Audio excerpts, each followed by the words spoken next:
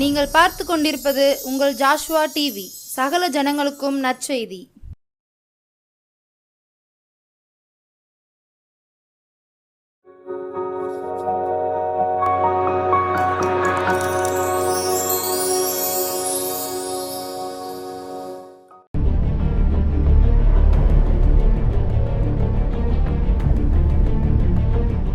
Praise the Lord.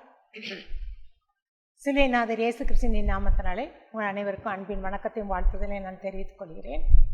இந்த நாளில் கதை கேட்பதற்கு முன்பாக நம்ம தலைகளை தாழ்த்தி, ஏசப்பா உடைய வசனத்தின்படி கதையின் மூலமாக கேட்ட சத்தியத்தின்படி நாங்கள் நடப்பதற்கு எங்களுக்கு உதவி செய்யுங்க சொல்லி நம்ம கேட்போம். அன்பின் பரலோக பிதாவே, இந்த அருமை நேரத்துக்காக நன்றி செலுத்துகிறோம் ஆண்டவரே. ஏசப்பா இந்த வேலையில் கூட ஆண்டவரே, ஏசப்பா கதையின் மூலமாக நாங்கள் அநேக காரியங்களை கற்றுக்கொள்வதற்கு ஏசப்பா உதவி செய்யும்படியாக செபிக்கிறோம் ஆண்டவரே. ஏசப்பா இந்த நாளில் கூட ஆண்டவரே அடியால் மறைத்து நீர் வெளிப்படும்படியாக செபிக்கிறேன் தகப்பனே. உடைய சத்தம் கேட்டு சித்தம் செய்வதற்கு உதவி செய்யுங்கப்பா.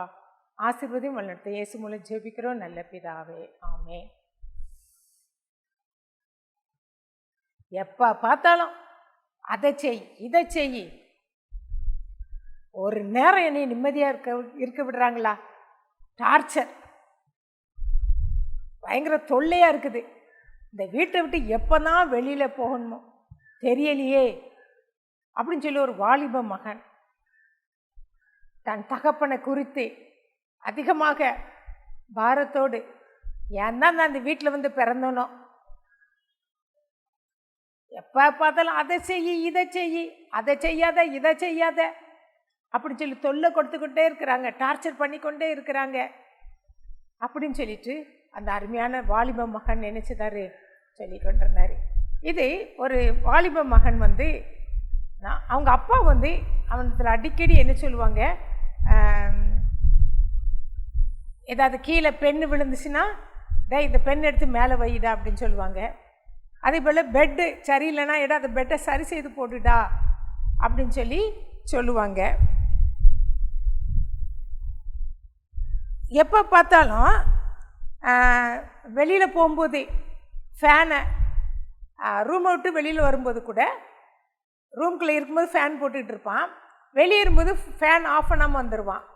அப்போ அவங்க டேடி வந்து சொல்லுவாங்க, டேய் ஃபேனை ஆஃப் பண்ணிட்டு போடா அப்படின்னு சொல்லி சொல்லுவாங்க. அதே போல் டிவி பார்த்து கொண்டு இருப்பான், டிவி அப்படியே என்ன செய்வான் போட்டுட்டு அப்படியே வெளியில் போவான். ஃப்ரெண்ட்ஸ் யாரும் வந்தோடனே உற்சாகமாக ஓடிடுவான். அப்போ அவங்க டேடி வந்து அவங்களை தடுத்து நிறுத்தி, டேய் அந்த டிவி ஆஃப் பண்ணிட்டு போடா அப்படின்னு சொல்லிட்டு சொல்லுவாங்க. அப்புறம் என்ன கீழே பொருள் கிடந்தாலும் அதை எடுத்து அந்த இருக்க வேண்டிய இடத்துல வை, அப்படி போடாத. பேப்பர் வாசிப்பார், பேப்பரை வாசித்துட்டு அப்படியே பேப்பரை வாசித்துட்டு அப்படி போட்டுட்டு போயிடுவான். அப்போ டேடி அடிக்கடி சொல்லுவார், இல்லைடா அதை என்ன சின்ன பேப்பரை மடித்து வைக்க வேண்டிய இடத்துல வை. இப்படி சின்ன சின்ன வேலையெல்லாம் அவனை என்ன செய்வாங்க, சரி செய்வாங்க. நீ அதை செய்யாத இதை செய்யாத அப்படின்னு சொல்லி சொல்லுவாங்க. இதே போல் எல்லாரும் வீட்டில் நிறைய பேர் வீட்டில் இப்படிப்பட்டு பேரண்ட்ஸ் வந்து என்ன செய்வாங்க, பிள்ளைகளை வந்து டே அப்படி செய்யடா இப்படி செய்யன்னு சொல்லி சொல்லுவாங்க. அது ஆனால் அந்த நேரத்தில் அந்த பிள்ளைகளுக்கு அது எப்படி இருக்கும், கசப்பாக இருக்கும். எப்போ பார்த்தாலும் தொல்லை கொடுத்துக்கிட்டே இருக்கிறாங்களே, அதை செய் இதை செய்ன்னு சொல்லி எப்போ பார்த்தாலும் சொல்லிட்டு இருக்கிறாங்களே அப்படின்னு சொல்லி அந்த அவங்க பேரண்ட்ஸை பார்த்தோன்னா, டேடியை பார்த்தோன்னா இல்லைன்னா மம்மியை பார்த்தா அவங்களுக்கு என்ன செய்யும், கஷ்டமாக இருக்கும். ஒரு நேரம் அதை என்னை சும்மா இருக்க விடுறீங்களா, எப்போ பார்த்தாலும் தொணந்துக்கிட்டே இருக்கிறீங்களே அப்படின்னு சொல்லிட்டு நம்ம என்ன செய்வோம், நம்ம பெற்றோர் நம்ம என்ன செய்வோம், வெறுப்போடு கசப்போடு, ஏன் இந்த வீட்டில் நான் வந்து பிறந்தேன், எதற்கு எனக்கு ஏன் இந்த பெற்றோர்கள் அப்படின்னு சொல்லிட்டு நம்ம என்ன செய்வோம், முறுமுறுத்து கொண்டிருப்போம். அதே போல தான் இந்த மகனும் தன்னுடைய அவர் தகப்பனார் சொல்லின்ற ஒவ்வொரு காரியத்திலும் அவன் என்ன செய்தான், ஏதாவது ஒன்று இப்படி சொன்னதுனால அவனுக்கு என்ன நினைப்பு வந்துச்சு, எப்போண்டா நம்ம என்ன செய்வோம், வெளியூரில் போய் எங்கேயாவது ஹாஸ்டல் போய் தங்கிடுவோம். இந்த வீடு நமக்கு எப்படி இருக்குது, ஒரு நரகமாக இருக்குது, நரக வேதனையோடு நம்ம என்ன செய்யணும் இங்கே இருக்கிறோம். இந்த நரகம் நமக்கு வேண்டாம், எங்கேயாவது வெளியூரில் போய் எங்கேயாவது ஹாஸ்டலில் போய் நம்ம என்ன செய்யலாம், தங்கி படிக்கலாம், தங்கி வேலை செய்யலான்னு சொல்லி அவருக்குள்ளே அந்த வாலிப மகனுக்குள்ளே என்ன செய்ச்சு, அந்த எண்ணங்கள் என்ன செய்ய ஓடிக்கொண்டே இருந்தது. இப்படி இருக்கிற சூழ்நிலையில் அந்த மகனுக்கு ஒரு இன்டர்வியூ வந்திருந்தது. அந்த இன்டர்வியூ வந்தோடனே இவனுக்கு ரொம்ப சந்தோஷம். அந்த இன்டர்வியூக்கு என்ன செய்யணும், நம்ம கண்டிப்பாக நமக்கு இந்த வேலை கிடச்சிரும். அதனால் நம்ம என்ன செய்ய போகிறோம், இந்த தொல்லையிலேருந்து நமக்கு என்னது விடுதலை. நம்ம அப்பா எப்போ பார்த்தாலும் தொல்லை கொடுத்துக்கிட்டே இருந்தாங்க, இதுலேருந்து நமக்கு கிடைச்சி விடுதலை கிடச்சிடுச்சு அப்படின்னு சொல்லிட்டு இவனுக்கு ரொம்ப சந்தோஷம். அப்போ நம்மளை நச்சரிச்சுக்கிட்டே இருந்தாங்க, இந்த நச்சரிப்புலேருந்து நமக்கு என்னது விடுதலை அப்படின்னு சொல்லிட்டு இந்த அருமையான சகோதரன், அந்த அருமையான வாலிப மகன் என்ன செய்தான், ரொம்ப சந்தோஷப்பட்டான். அந்த நாளும் நம்ம வெளியூரில் போய் நம்ம இஷ்டப்படி நம்ம சந்தோஷமாக வாழலாம்ங்கிற எண்ணம் அவனுக்குள்ள, அந்த தாட்டு அவனுக்குள்ள காணப்பட்டுச்சு. அம்மா அப்பா விட்டு வெளியில் போயிடணும், பேரண்ட்ஸை விட்டு வெளியில் போய் நம்ம இஷ்டப்படி நம்ம வாழலாம் அப்படிங்கிற ஒரு எண்ணம் அவனுக்குள்ள என்ன செய்ச்சு, காணப்பட்டுச்சு. இப்படி இருக்கிறச்சில் அந்த இன்டர்வியூ நாளும் வந்தது. ஒன்று அவங்க அப்பாவுக்கு அவனுக்கு இன்டர்வியூ வந்தோன்னா அவங்களுக்கு ரொம்ப சந்தோஷம். நம்ம பிள்ளை என்ன செய்யணுமே, வேலைக்கு சம்பாதிக்க போகிறான், நமக்கு ஒரு பாரம் குறைச்ச மாதிரி இருக்கும், நம்மளை தாங்குவான் அப்படின்னு சொல்லி சந்தோஷத்தோடு அந்த தகப்பனார் அவன் மகனுக்கு என்ன பண்ணாங்க தெரியுமா, அவன்கிட்ட கேள்வி கேட்குறாங்க. கேள்வி கேட்டு, மகனே நீ எல்லாம் இன்டர்வியூக்கு நீ ஆயத்தமாக இருக்கிறியா, எல்லா கொஸ்டின் நல்ல ஞாபகத்தில் வச்சுக்கோப்பா, இது எல்லா பேரண்ட்ஸும் கேட்குற கேள்வி தான், நல்ல ஞாபகத்தில் வச்சுக்கோ, இந்தந்த கொஸ்டின் கேட்டாக்க இந்தந்த பதில் சொல்லுன்னு சொல்லி அவருக்கு தெரிந்தவங்களாம் அவங்க நினச்சதை சொல்லி கொடுக்குறாரு, அவர் கற்றுக் கொடுக்குறாரு. கொஞ்சம் எரிச்சலோடு தான் நினச்சதை இவ எல்லாத்தையும் கேட்குறான், இவருக்கு வேலை இல்லை, இதுலேயுமே வந்து மூக்கை நுழைச்சிக்கிட்டு என்கிட்ட என்னை கஷ்டப்படுத்தி கொண்டிருக்கிறாங்க அப்படின்னு சொல்லி அந்த கஷ்டத்தோடு அவங்க சொல்கிற இதை கேட்டுக்கொண்டே இருக்கிறான். அவர் இன்னும் அதிகமாக சொல்கிறாரு, உனக்கு கேள்வி தெரியலனாலும் பயத்தை காட்டாத, தைரியமாக இருந்துக்கோ, தெரிஞ்சதை தைரியமாக சொல்லு அப்படின்னு சொல்லிட்டு இன்னும் அவனுக்குள்ள என்ன செய்கிறாரு சொல்லிட்டு அவனுக்கு என்ன செய்கிறாரு, நிறைய காசு பணத்தை கொடுக்குறாரு, கூடுதலாகவும் என்ன செய்கிறாரு பணத்தை கொடுத்து அவர் என்ன செய்கிறாரு அனுப்பி வைக்கிறாரு. இவருக்கு ஒரு பக்கம் ரொம்ப சந்தோஷம், அதே நேரம் அவனுக்கு என்னச்சுது, நம்ம அப்பாட்டேருந்து நமக்கு என்ன விடுதலை கிடச்சிடுச்சு அப்படின்னு அவர் சந்தோஷத்தோடு போகிறாரு. இவருக்கு நம்ம பிள்ளை என்ன செய்ய நல்லா இருக்கணும், நம்ம பிள்ளை நல்லா இருக்கணும், நல்லா வாழணும், அவன் கண்டிப்பாக இந்த வேலை கிடைக்கணும், அந்த சந்தோஷத்தில் அவர் என்ன செய்தார் காணப்பட்டார். இந்த வாலிப மகன் அந்த இன்டர்வியூக்கு என்ன செய்தார், அந்த கம்பெனியை நோக்கி என்ன செய்தார் போகிறாரு. ஒரு பெரிய கட்டடம், ஒரு பெரிய பில்டிங் காணப்படுது, அதை பார்க்குறான். உள்ளே போகிறதுக்கு முன்னாடி அந்த கட்டடத்தை பார்க்குறாரு. பார்க்கும்போது அந்த கேட்டில் யார் நிற்பாங்க, ஒரு செக்யூரிட்டி நிற்பான். ஆனால் அங்கே யாரும் இல்லை, அங்கே செக்யூரிட்டி இல்லை. கதவு ஒரு மாதிரி திறந்து கிடக்குது, அது சரியாக நிச்சயில் பூட்டப்படலை. அந்த அந்த அந்த அந்த கொண்டி நீட்டிகிட்டு இருக்குது. அப்போ நீட்டிகிட்டு இருக்கிறது எல்லோரும் என்ன செய்யும், அந்த நீட்டிகிட்டு இருக்க அந்த கொண்டி எல்லோரும் என்ன செய்யும் தட்டும், அதனால் மற்றவங்களுக்கு என்ன செய்ய காயம் ஏற்படுமே அப்படின்னு சொல்லிட்டு அதை பார்க்குறான். பார்த்த உடனே இந்த வாலிப மகன் என்ன சொன்னான் தெரியுமா, என்ன செய்தாரு தெரியுமா, அந்த அந்த கொண்டியை நேர வச்சு அந்த செக்யூரிட்டி இல்லாத இடத்துல அந்த கேட்டை என்ன செய்கிறாரு சரியாக பூட்டிட்டு அவன் என்ன செய்யறான் உள்ளே போகிறான். உள்ளே போய் கொஞ்சம் தூரம் தான் போயிருப்பான். அங்கே ஒரு ஒரு அந்த தண்ணி செடிகளுக்கு தண்ணீர் பாய்ச்சிட்டு இருக்கிற தண்ணி தோட்டக்காரர் ஒரு அங்கே இல்லை, ஒரு பக்கம் செக்யூரிட்டி இல்லை, அடுத்தபடி தோட்டக்காரன் இல்லாததுனால அந்த தண்ணி வேஸ்ட்டாக வெளியில் போயிட்டு இருக்குது. உன்னை இதை பார்த்துட்டு என்ன செடிக்கு தண்ணி பாய்ச்சிருக்கிறாங்க, ஆனால் என்ன செய்யல, அந்த பைப்பை கூட அவங்க என்ன செய்யல ஆஃப் பண்ணாமல் போயிட்டாங்களே, தண்ணீர் எல்லாம் வேஸ்ட் ஆகுதே அப்படின்னு சொல்லிட்டு அந்த தண்ணீர் செடிகளுக்கு அந்த தண்ணீர் பாயும்படி அந்த டியூப்பை எடுத்து என்ன செய்தாரான் போட்டுட்டு அவன் என்ன செய்கிறாரான் அந்த உள்ளே போகிறான். உள்ளே போனோடனே அந்த முதல் இதில் அந்த எங்கே நடக்குன்னா முதல் மாடியில் இன்டர்வியூ நடக்குன்னு சொல்லி போடப்பட்டிருக்குது. உடனே இவன் அது உள்ளே போகிறான். உள்ளே போகும்போது அங்கே லைட் எரிஞ்சிக்கிட்டு இருக்குது. அப்போ இவன் பார்க்குறான், என்னது லைட் எரிஞ்சுன்னா ராத்திரி போட்ட லைட்டு 10 மணி ஆகுது, இன்னும் எரிந்து கொண்டிருக்குதே அப்படின்னு சொல்லிட்டு அவன் என்ன செய்கிறான். ஆனால் அதை என்ன செய்கிறான் அதை அப்போ அந்த நேரத்தில் அவங்க அப்பா நினைப்பு வருது, நம்ம அப்பா சொல்லுவாங்கள்ல, லைட்டை ஆஃப் பண்ணுன்னு சொல்லுவாங்களே அப்படின்னு சொல்லிட்டு அந்த நினைப்பு வரவுமே, யார் இப்படி 10 மணி வரையும் போட்டு கொண்டிருக்கிறாங்களே, இதனால் கரண்ட் தானே வேஸ்ட் ஆகும் அப்படி சொல்லி அந்த லைட்டை ஆஃப் பண்ணிட்டு அவன் என்ன செய்கிறான், அவன் மாடிப்படி ஏறி போடுறான். இதில் அவங்க அப்பா கற்றுக் கொடுத்த காரியங்கள் இதெல்லாம் அவன் என்ன செயல்பட்டு கொண்டே போகிறான். அப்போ அங்கே உள்ளே போகிறான், அந்த மேலே முதல் மாடிக்கு போய் அந்த ரூமுக்கு போகிறான். அங்கே போனவுடனே அங்கே பார்த்தானுக்கு நிறைய கூட்டம். அந்த கூட்டத்தை பார்த்தோன்னே இவனுக்குள்ள என்ன ஒரு சந்தேகம் வந்துச்சு, நமக்கு வேலை கிடைக்குமா அப்படின்னு சொல்லி அவனுக்கு ஒரு இது வந்துடுச்சு.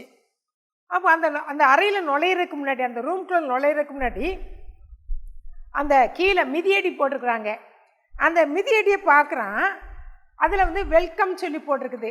அந்த வெல்கம்ங்கிற வார்த்தை வந்து எப்படி போட்டிருக்க, தலைகீழ மாற்றி போட்டிருக்குது. உடனே இதை பார்த்த உடனே அவன் என்ன செய்யறான், யாருமே இது சரி செய்யலையா, அந்த வெல்கம்ங்கிறது நேராக போட்டால் தானே நல்லா இருக்கும் அப்படின்னு சொல்லிட்டு அந்த வெல்கம்ங்கிற அந்த மிதியடி அவன் என்ன செய்கிறான், நேராக போட்டுட்டு அவன் என்ன செய்யறான், உள்ளே நுழையிறான். அப்போ உள்ளே நுழையும் போது அங்கே நிறைய பேர் நினச்சிருக்காங்க, உட்காந்துருக்குறாங்க. எல்லோரும் என்ன செய்கிறாங்க, ஃபேனுக்கு கீழே நினச்சி உட்காந்துக்கிட்டு இன்டர்வியூக்காக நினச்சிருக்காங்க, காத்து கொண்டிருக்கிறாங்க. அப்போ சில இடத்துல என்ன செய்யல, அந்த பெஞ்சு இந்த சேர்ஸ் கிடக்குது, ஆனால் அதில் யாரும் இல்லை, ஆட்கள் இல்லை.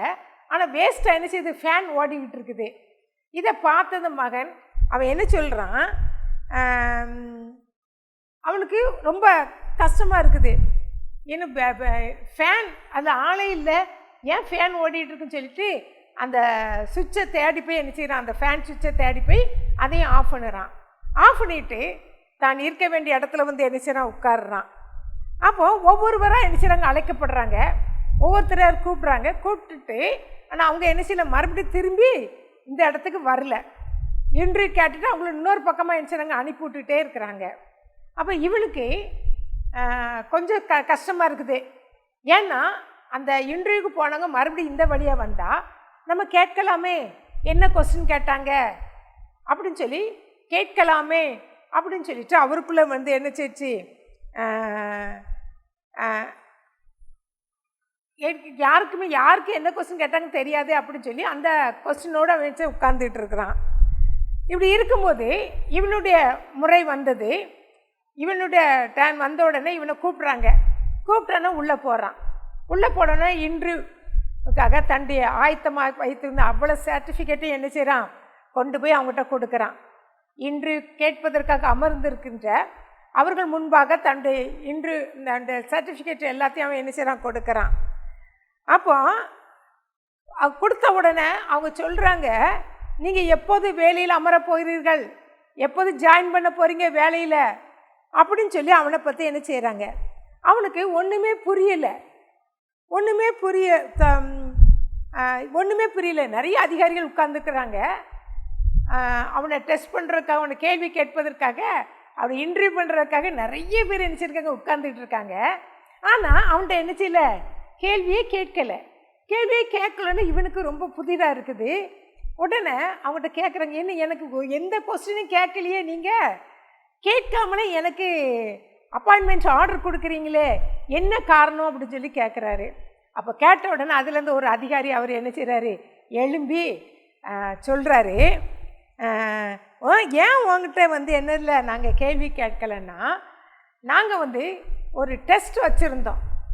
அதில் வந்து நீங்கள் எப்படி இந்த காரியத்தில் நீங்கள் எப்படி அந்த காரியத்தை நீங்கள் எப்படி அதை கை கொள்கிறீர்கள் சொல்லி பார்ப்பதற்காக இன்றையில் வர்ற அத்தனை பேருக்கும் அந்த டெஸ்ட்டை நாங்கள் வச்சுருந்தோம். ஆனால் யாருமே என்ன செய்யல, அதில் பொறுப்பு இல்லாதபடி அவங்க என்ன செய்தாங்க, போயிட்டாங்க. ஆனால் நீங்கள் ஒருவர் மாத்திரம்தான் பொறுப்புள்ளவர்களாக அதை செயல்பட்டீங்க அப்படின்னு சொல்லி சொன்ன உடனே இப்போ என்ன காரணம், இவருக்கு ஒன்றுமே புரியலை. இந்த வாலிப மகனுக்கு நான் என்ன பண்ணினேன், என்ன செய்தேன்னு எனக்கு தெரியலையே அப்படின்னு சொல்லி என்ன செய்கிறாரு, கேட்ட உடனே அந்த மனிதர் சொல்கிறாரு, வெளியில் நீங்கள் இன்டர்வியூக்கு வரும்போது செக்யூரிட்டி இருந்தாரா அப்படின்னு சொல்லி கேட்டாங்க. அப்போ இல்லை, செக்யூரிட்டி இல்லை அப்படின்னோடனே, அந்த செக்யூரிட்டி செய்ய வேண்டிய காரியத்தை நீங்கள் என்ன செய்தீங்க அப்படின்னு சொல்லி சொல்கிறாரு. சொன்ன உடனே நான் என்ன காரியம் செய்தேன் அப்படின்னு சொல்லி கேட்கும்போது தான் அவர் சொல்கிறாரு, அந்த திறக்கப்பட்ட அந்த கேட்டை நீங்கள் என்ன செய்தீங்க, அதை சரி செய்து பூட்டிட்டு வந்தீங்க அடுத்தப்பல 2வது உள்ளே வரும்போது தோட்டக்காரர் செய்ய வேண்டிய காரியத்தை நீங்கள் என்ன செய்தீங்க, ஒரு பொறுப்போடு செய்தீங்க. அந்த தண்ணீர் அவ்வளோ வேஸ்ட்டாக போணுச்சு, அதெல்லாம் கரெக்டாக அந்த செடிக்குள்ளே என்ன செய்தீங்க, போட்டுக்கொண்டு வந்தீங்க. எவ்வளோ பொறுப்புள்ளவெல்லாம் நீங்கள் இருக்கிறீங்க அப்படின்னு சொல்லி அதையும் நாங்கள் என்ன செய்தோம், கவனித்தோம் அப்படின்னு சொல்லி சொன்னாங்க. 3வதாக நீங்கள் என்ன பண்ணீங்க தெரியுமா, அந்த உள்ளே வரும்போது லைட்டு எரிந்து கொண்டிருந்துச்சு.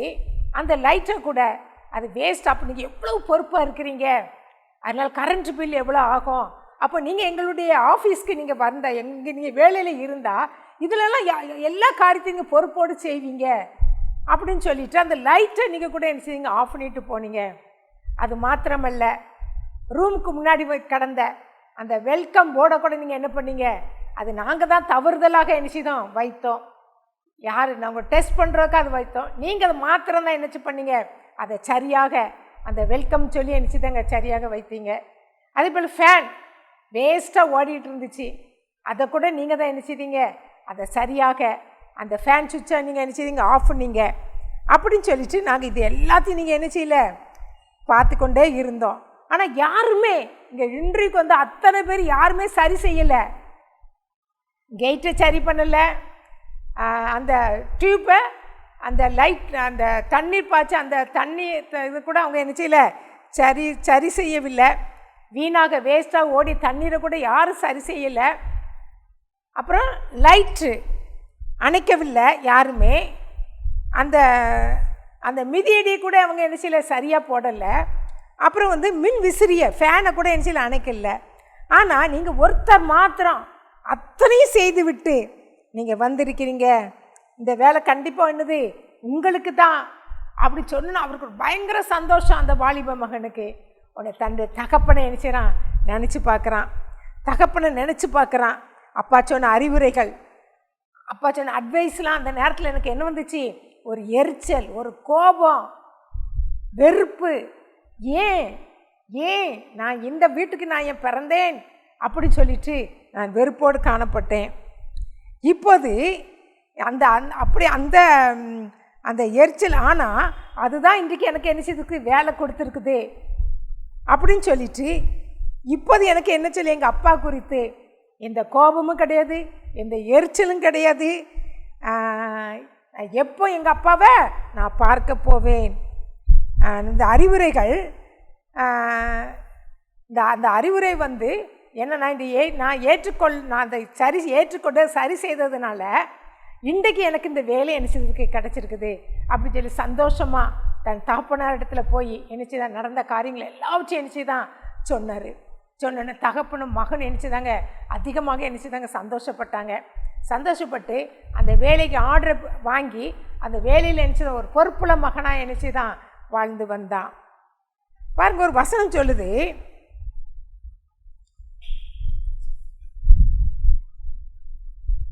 நீதிமொழிகள் 1:8, என் மகனே உன் தகப்பன் புத்தியை கேள், உன் தாயின் போதகத்தை தள்ளாதேன்னு சொல்லி நீதிமொழிகள் 1:8 சொல்லப்படுது.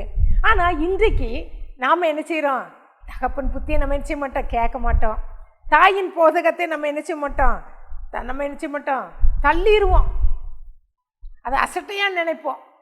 அவங்க புத்திமதி சொன்னால் எதுக்கு, ஏன் எப்போ பார்த்தாலும் அதை செய்யாத இதை செய்யாத அப்படின்னு சொல்லிட்டு அவங்க புத்தி சொல்லும்போது அவங்கள உதாசீனம் பண்ணுவோம், அவங்கள அசட்டை பண்ணுவோம். எதுக்கு இந்த குடும்பத்தில் நான் வந்து பிறந்தேன், என் தலைவிதி அப்படின்னு சொல்லி தலையில் அடிச்சுட்டு நம்ம என்ன செய்வோம், போவோம். நல்ல ஃப்ரெண்ட்ஸோடு சேர்ந்து நடடா அப்படின்னு சொல்லுவாங்க. வேண்டாம், இந்த பாவ வாழ்க்கை உனக்கு வேண்டாம் அப்படின்னு சொல்லிட்டு உனக்கு அட்வைஸ் பண்ணுவாங்க. டிவி பார்க்காதடா, செல்ஃபோனில் பார்க்காத, படி, ஒரு பொறுப்புள்ள மகனாக இரு அப்படின்னு சொல்லி சொல்லுவாங்க. ஆனால் அவங்க சொல்கிற அட்வைஸில் நமக்கு என்ன இருக்கும், அது கசப்பா, ஒரு வெறுப்பா, ஒரு எரிச்சலை நமக்கு என்ன செய்யும், உண்டு பண்ணும். ஆனால் வேத வசனம் நமக்கு என்ன சொல்லப்படுதுன்னா, என் மகனே உன் தகப்பன் புத்தியை கேள். நமக்கு நன்மைக்கு தானே சொல்லுவாங்க, நம்மளை பாதாளத்துக்குள்ள விடுறதுக்கா சொல்லுவாங்க. ஒரு நாள் அப்படிப்பட்ட புத்தியை சொல்ல மாட்டாங்களே. நமக்கு பெற்றோராகி நம்மளை பெற்றவர்கள் நமக்கு நல்லதை தான் சொல்லுவாங்களே தவிர நம்ம பாதாளத்தில் விழணும், நம்ம படுகொலியில் விழணும்னு சொல்லிட்டு ஒரு நாள் நினச்ச மாட்டாங்க, புத்தி சொல்ல மாட்டாங்க. அதே போல் தாயும் நினச்சிப்பாங்க, நல்ல புத்தியை தான் நமக்கு போதகத்தை நம்ம போதிப்பாங்க நல்லா. அது நமக்கு என்னச்சு இப்போ நிறைய வாலிப பிள்ளைகளுக்கு போதிக்கும் போதே, வாங்கம்மா நீங்கள் படிக்கலை, உங்களுக்கு ஒன்றுமே தெரியாது, நான் படிச்சிருக்கிறேன் அப்படின்னு சொல்லிட்டு நம்ம அகந்தையோடு நம்ம என்ன செய்வோம், பேசுவோம். நம்ம அப்படிப்பட்ட காரியம் நமக்குள்ள காணப்படாதபடி நம்ம பெற்ற தகப்பன் சொல்கிற புத்தியையும் தாயின் போதகத்தை நம்ம கேட்டு நடக்கும்போதே ஆண்டவர் நம்மளை என்ன செய்ய, அந்த வேதத்தின் வசனத்தின்படி நம்ம நடக்கும்போதே ஆண்டவர் நம்மளை என்ன ஆசீர்வதித்து உயர்த்துவார். அதே போல் நீதிமொழிகள் 4:1 சொல்லப்படுது, பிள்ளைகளே நீங்கள் தங்கள் போதகத்தை கேட்டு புத்தியை அடையும்படி கவனியுங்கள். அதை கவனிக்கணுமா, அம்மா சொல்றது நம்ம யோசித்து பார்க்கணும், அவங்க சொல்கிறது சரிதானே அப்படின்னு சொல்லிட்டு வேகமாக எந்த காரியத்தை முடிவு எடுக்காதபடி வேகமாக உடனே பதில் சொல்கிறேன்னு சொல்லி அவங்க மனசு புண்படும்படியாக, பெற்றோர்கள் மனசு புண்படும்படியாக நம்ம ஏதாவது வீணான வார்த்தைகள் பேசி விடாதபடி என்ன செய்யுமா, அந்த போதகத்தை கவனிக்கணும். கவனித்து அவங்க நன்மைக்கு தானே சொல்கிறாங்க அப்படின்னு சொல்லிட்டு அந்த புத்தியை நம்ம என்ன செய்யணும், அடையணும். அதை தான் நம்ம ஆண்டவர் நம்மிடத்தில் என்ன செய்ய எதிர்பார்க்குறாரு. நம்ம கொடுக்கப்பட்ட அறிவுரைகள் முதலில் நமக்கு என்ன செய்யும், கசக்க தான் செய்யும், அது வெறுப்பாக தான் இருக்கும். பெற்றோர் சொல்கிற அறிவுரைகள் அட்வைஸ்லாம் நமக்கு என்ன செய்யும், அது கசப்பாக தான் இருக்கும், அது வெறுப்பாக தான் இருக்கும். ஆனால் முடிவை பார்த்தா அது எப்படியா இருக்கும், இனிக்குமா. முடிவு எப்படி இருக்கும், இனிக்கும். நம்ம கேட்கலன்னா நம்ம வாழ்க்கை என்னதான் கசக்க தான் செய்யும். அறிவுரைகள் முதல்ல கசக்கும், இந்த கசப்பு எனக்கு இருக்கட்டும்னு சொல்லி போட்டால் முடிவில் நமக்கு என்ன செய்யும், கசக்க தான் செய்யும். ஆனால் அவங்க அட்வைஸ் பண்ணும்போது அது கசப்பை ஏற்றுக்கொண்டு, சரி இந்த கசப்பு அது கஷ்டமாக தான் இருக்கும், நமக்கு வேதனை தான் உண்டு பண்ணும், நமக்கு பிரியமில்லாத காரியமாக தான் இருக்கும், நம்ம சந்தோஷத்தை அது கொடுக்காது. கசப்புங்கும் போது நமக்கு சந்தோஷத்தை கொடுக்காது, அது வெறுப்பு தான் கொடுக்கும். ஆனால் முடிவோ நமக்கு என்னதோ ஒரு இனிமையான காரியங்கள், ஒரு இனிமையான காரியத்தை அது என்ன செய்யும், கொடுக்கும். அதில் இந்த நாட்களில் அருமையான வாலிப சகோதர சகோதரிகளே, நம்ம என்ன செய்யணும், தாயின் போதகத்தை நம்ம என்ன செய்யணும், பிள்ளைகள் பெற்றோர்கள் போதகத்தை நம்ம என்ன செய்யணும், கேட்கணும். அவங்களுக்கு வார்த்தைகளுக்கு நம்ம என்ன செய்யணும், கீழ்ப்படியணும். உன் ஆயுசு நாட்கள் நீடித்திருப்பதற்கு உன் தகப்பனை தாயும் கனமனுவாயாகன்னு சொல்லி வேத வசனம் சொல்லுது. அதே போல நீதிபதி தன் தகப்பனை தாயும் தூசிக்கிறவருடைய தீபம் காரிருளில் அணைந்து போகும். நம்ம யார், நம்ம சொல்ற வார்த்தைகள் நம்ம கசப்பா இருந்தா உடனே நம்ம அவங்கள என்ன செய்யறோம், திட்டிடுறோம், தூஷித்திடுறோம், கெட்ட வார்த்தை போட்டு பேசிடுறோம். ஆனால் நம்முடைய வாழ்க்கை பின் நாட்களில் நம்முடைய வாழ்க்கை எப்படி போகுமா, நம்முடைய தீபம் காரிருளில் அணைந்து போகும். அதனால் நம்ம கவனமாக பெற்றோருடைய புத்தியை கேட்டு அவங்கள அசட்டை பண்ணாதபடி அது புத்தியை கேட்டு நம்ம நடக்கும்போது கடைசியில் நமக்கு அது கசப்பாக தான் இருக்கும். ஆனால் கடைசியில் அது நமக்கு என்ன முடிவு எப்படி தான் இருக்கும், ஒரு இனிமையாக மாறும். அப்படி கண்களை மூடி ஆண்டு சமத்தில் ஏசப்பா அந்த நாளில் இந்த கதையின் மூலமாக கற்றுக்கொண்ட இந்த வசனத்தின்படி நடப்பதற்கு எனக்கு உதவி செய்யுங்கன்னு சொல்லி கேட்போமா. அன்பின் பரலோக பிதாவே, இந்த அருமை நேரத்துக்காக நன்றி செலுத்துகிறோம் ஐயா. இந்த நாளில் அன்ற கதையின் மூலமாக கற்றுக்கொண்ட உடைய வேத வசனத்தின்படி நடப்பதற்கு எங்களுக்கு உதவி செய்யுங்கப்பா. ஆசீர்வதியும் வளர்த்து இயேசு மூலம் ஜெபிக்கிறோம் நல்ல பிதாவே, ஆமென்.